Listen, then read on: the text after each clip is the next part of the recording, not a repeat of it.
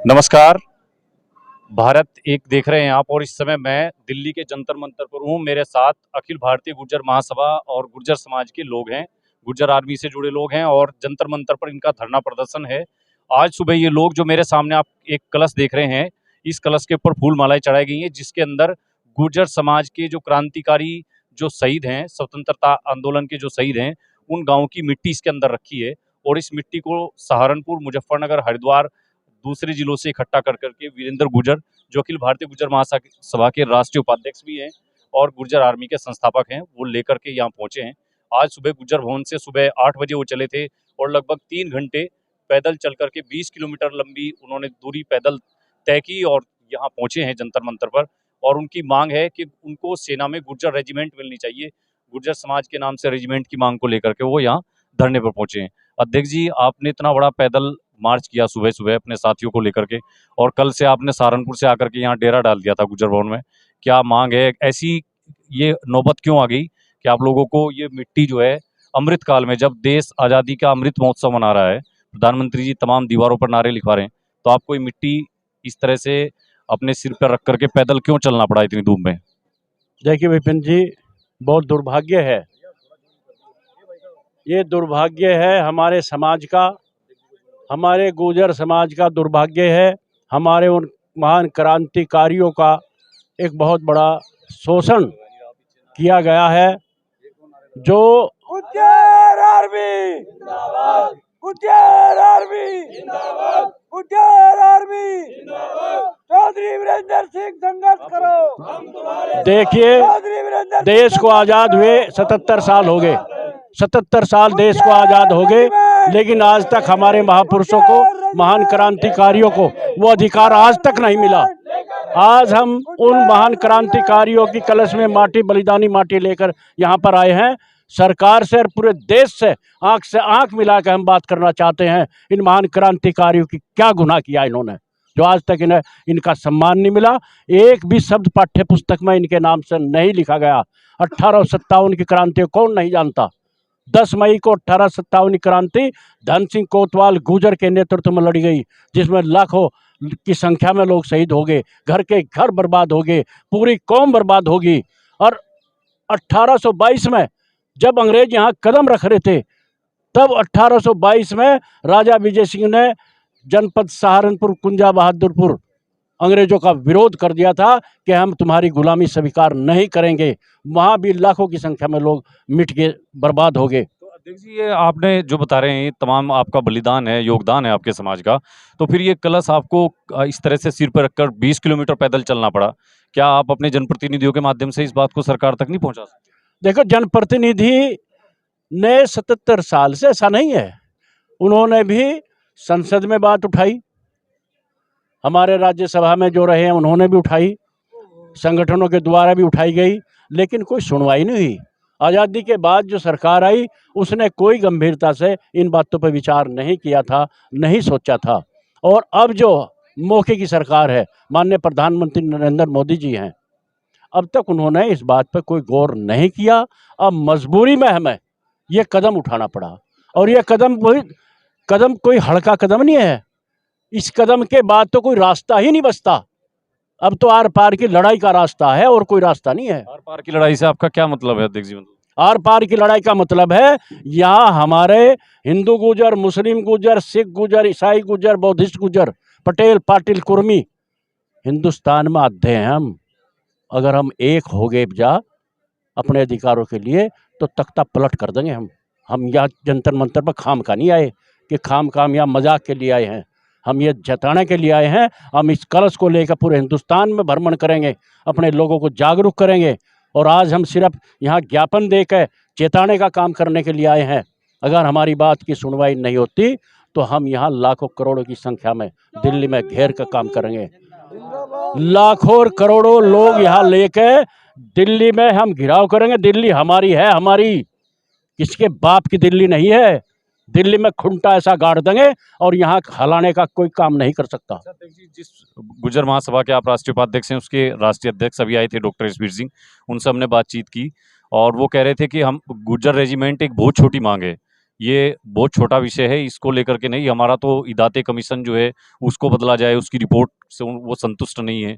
वो कह रहे हैं नोटिफाइड का जो हमारा रिजर्वेशन है वो बहाल हो, और दूसरी कई सारी मांगे बता रहे थे।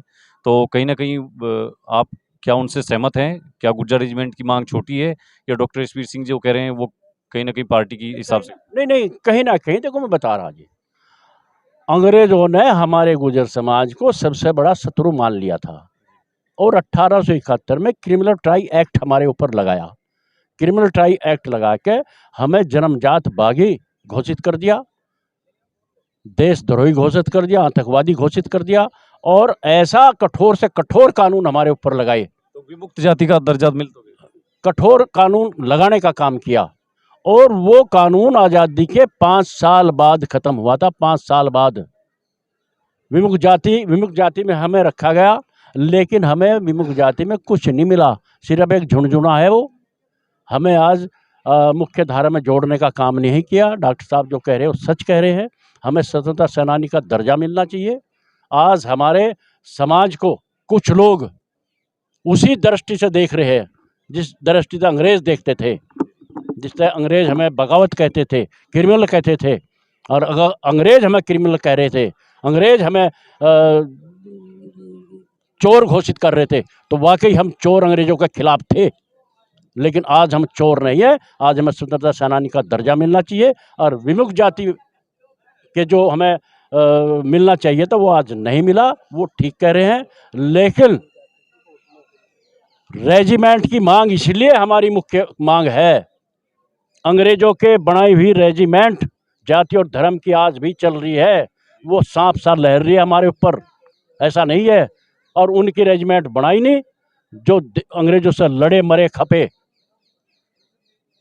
माननीय प्रधानमंत्री एक फॉर्मेलिटी के तौर पे। अच्छा जी, आपको इन सब चीजों के लिए धरना प्रदर्शन आंदोलन ही क्यों करने पड़ते हैं?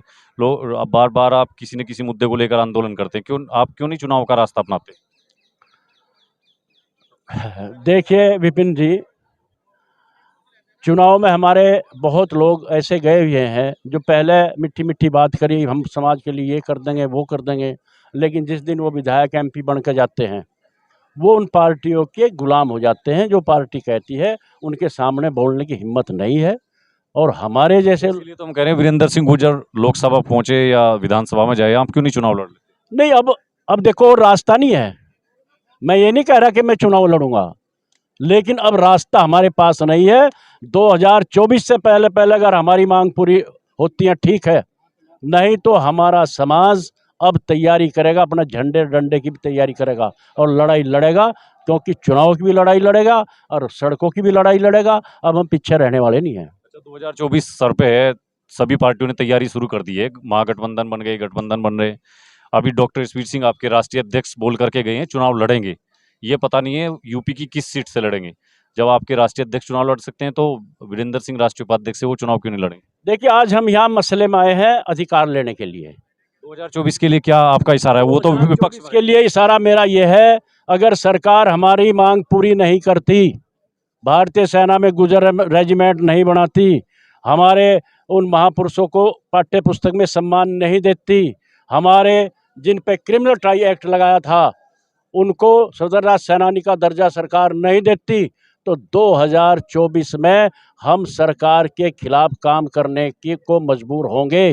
पूरा बीजेपी का विरोध करेंगे। पूरा गुर्जर समाज में बीजेपी की बात नहीं कर रहा, जो सरकार है, सरकार तो उन्हीं की तो है। जो सरकार है, सरकार से मांग रहे हैं, जो सरकार है हम उसका विरोध करने को मजबूर बनेंगे, क्योंकि पहले हमारा समाज है, देश है। अगर हमारे समाज को ही कुछ नहीं मिलेगा, हमारे महान क्रांतिकारियों को ही कुछ नहीं मिलेगा, तो हमारा जीना बेकार है। इसलिए हम देश की लड़ाई लड़ते हैं, अपने समाज की लड़ाई लड़ते हैं, अपने महापुरुषों की लड़ाई लड़ते हैं। ये हमारा अधिकार है। अगर नहीं मिलता तो और हमारे पास कोई चारा नहीं है, सिर्फ सरकार को चेताने के लिए आए हैं। पहली सरकार जो थी, आपके गुर्जर समाज के जो सिटिंग एमपी हैं, मेंबर ऑफ पार्लियामेंट हैं जो इस समय, वो भी आपके आंदोलन के समर्थन में आए हैं। अगर नहीं आए तो उनके लिए 2024 में क्या होगा? उनके लिए क्या मैसेज देंगे? देखिए, हमारे जो सांसद हैं, जो हमारे जनप्रतिनिधि हैं, उन्होंने भी सरकार से मांग की है, ऐसा नहीं है। लेकिन उनकी कोई सुनवाई नहीं हो रही है, इसलिए हमें सड़कों पर उतरना मजबूरी पड़गी, सड़कों पर मजबूर होकर। बसपा के बिजनौर से सांसद है मलूक नागर, लगातार बोलते हैं। बहुत हमारे मलूक नागर साहब ने भी संसद में बात उठाई है और हमारे सुखबीर जोनापुरिया ने उठाई है और सांसदों ने उठाई है, ऐसा नहीं आवाज़ उठा रही, लेकिन उनकी कोई सुनवाई नहीं है। इसलिए ये तरीका सबसे बेस्ट तरीका हमने समझा कि अपने महान क्रांतिकारियों की माटी लेकर अपने समाज को जगाने का काम करेंगे और जो समाज निर्णय लेगा 2024 में उसको फॉलो हम करेंगे। तो कहीं आपकी ये वीरेंद्र सिंह जी की 2024 की तैयारी तो नहीं है, मिट्टी के कलश के बहाने कहीं आप 2024 की तैयारी हो? नहीं, 2024 में ये तैयारी है अपना अधिकार लेने की। आज हम चुनाव की यहाँ बात करने नहीं आए कि मैं चुनाव लड़ूंगा, मैं चुनाव की बात करूंगा। देखिए, चुनाव लड़ना अलग चीज़ होगी, अपना अधिकार लेना अलग चीज़ होगी। ये तो पूरे समाज के सम्मान की, महापुरुषों के सम्मान की बात है। इसको सड़कों पर उतरकर हम इस लड़ाई को लड़ेंगे। आपके राष्ट्रीय अध्यक्ष डॉक्टर ईश्वर सिंह जी कह रहे थे ज्ञापन देने से और आंदोलन लड़ने से, सड़कों पर अब विरोध प्रदर्शन करने से कुछ नहीं मिलता, सरकार से आंख में आंख मिला करके छीनना पड़ता है, मांगना पड़ता है, तो इसलिए पार्लियामेंट के अंदर, हाउस के अंदर जाना होगा। ये उनका कहना था। चुनाव लड़ेंगे डॉक्टर? एक बार विपिन जी मैं आपके माध्यम से कहना चाह रहा हूं, अब कलश को अगर हम ज्ञापन देंगे, यहाँ हमारी बात नहीं सुनी जाएगी, तो हम कलश को अपने गाड़ी पर रख के और पूरे देश का भ्रमण करेंगे, अपने समाज को जगाने का काम करेंगे। और एक बार हम जरूर 2024 से पहले यहाँ खूंटा जरूर गाड़ने आएंगे। अगर तब भी हमारी बात नहीं सुनी जाएगी, दिल्ली में कब तक बैठेंगे आप? आज तो सिर्फ ज्ञापन देंगे, हम चेताने का काम करेंगे, ज्ञापन दे के और वहाँ घोषणा करेंगे। अगर हमारी बात नहीं सुनी जाएगी तो 2024 से पहले पहले इस कलश को भ्रमण करेंगे, अपने लोगों को जगाने का काम करेंगे। और एक बार जंतर मंतर पे हमें दोबारा फिर खूंटा गाड़ना है कलश को लेकर, लाखों की संख्या में भीड़ लेकर यहाँ पहुँचेंगे। फिर भी हमारी बात नहीं सुनी जाएगी तो जो समाज निर्णय लेगा वो समाज वो करेंगे। धन्यवाद आपका अध्यक्ष जी। वीरेंद्र गुर्जर जी जो सहारनपुर से और तमाम अलग अलग जिलों के पश्चिम उत्तर प्रदेश से गुर्जर समाज के लोगों को, गुर्जर रेजिमेंट की मांग को लेकर यहाँ जंतर मंतर पर पहुंचे हुए हैं, धरना प्रदर्शन कर रहे हैं, ज्ञापन भी देंगे। उनका कहना है कि सरकार से अब आर पार की लड़ाई लड़ी जाएगी और अगर सरकार उनके ज्ञापन के बाद भी उनकी मांग पर कोई ध्यान नहीं देती है तो 2024 के जो लोकसभा चुनाव हैं उसके लिए भी उनको कोई ठोस निर्णय लेने के लिए मजबूर होना पड़ेगा। और ये कलश जो आप देख रहे हैं, इसको लेकर के वीरेंद्र सिंह गुर्जर अब गुर्जर समाज के गांव-गांव जाएंगे और लोगों को जागरूक करेंगे, ये उनका कहना है। देखते हैं अगला उनका कदम क्या होगा। अभी हम दिल्ली में ही जंतर मंतर पर बने हुए हैं और वीरेंद्र सिंह जी जहाँ बैठे हैं उसके ठीक सामने जेडीयू का भी ऑफिस है और सरदार पटेल का जो बंगला है वो भी एकदम इसके सामने है। तो वीरेंद्र गुर्जर जी ने जहां मोर्चा संभाला हुआ है वो पुराना एक जगह है सरदार वल्लभ भाई पटेल की, उसके सामने अपना पूरे दल बल के साथ बैठे हुए हैं। तो हम भी शाम तक यहीं डटे हुए हैं, देखते हैं वीरेंद्र सिंह जी का अगला कदम क्या होगा। एक भारत के लिए दिल्ली से विपिन आर्य की रिपोर्ट।